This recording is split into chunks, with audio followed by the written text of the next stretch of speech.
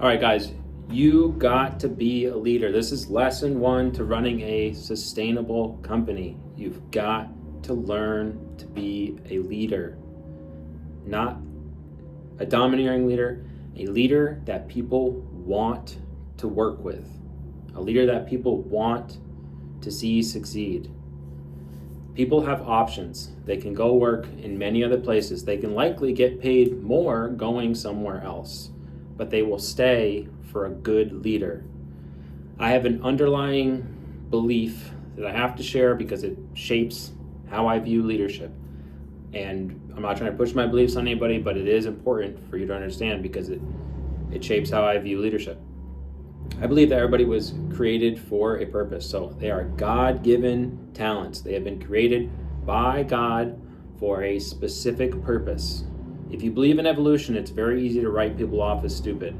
If you believe that God has created people uniquely and you think somebody's stupid, it says more about you than it says about them because you're not finding what makes them unique. Now, does that mean that that person's uniqueness belongs in your company? Maybe not. If you're looking for a operator, somebody that executes on the daily, and you find that this person's skill set is very artistic, design, that may not be a fit. If you find somebody that's an operator, they get really done, but you're looking for an artist, it may not be a good fit. If you're looking for somebody highly analytical and you're looking for them to be in a job that requires more emotions and feelings, it may not be a good fit. But you have to understand what makes this purpose and unique. If it is a fit in your company, then you have to extract excellence from them. And extracting excellence, I'm going to cover in a later video where we talk about getting their internal gears going. So the Latin word to educate, I'm not going to try to say it, you can look it up, means to draw out. So we have it totally backwards in today's society. You go to school, the teacher puts in. You go to college, the professor puts in. You go to most workplaces, the manager puts in, and nobody's ever pulling it out of you. You have something unique. If you're a founder, you have something very unique because you have created a company that hopefully is successful. But that don't write off other people because they also have something unique. And it's likely that nobody has ever pulled it out of them. And when you learn this skill, there are 8 billion unique people on the planet at the time that I film this, maybe more.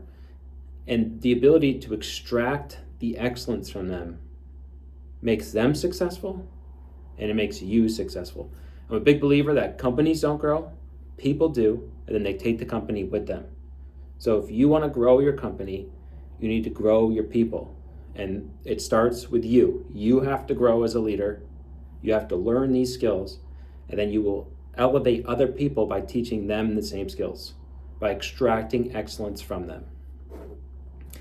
There's a book that I really love, Built to Last by Jim Collins.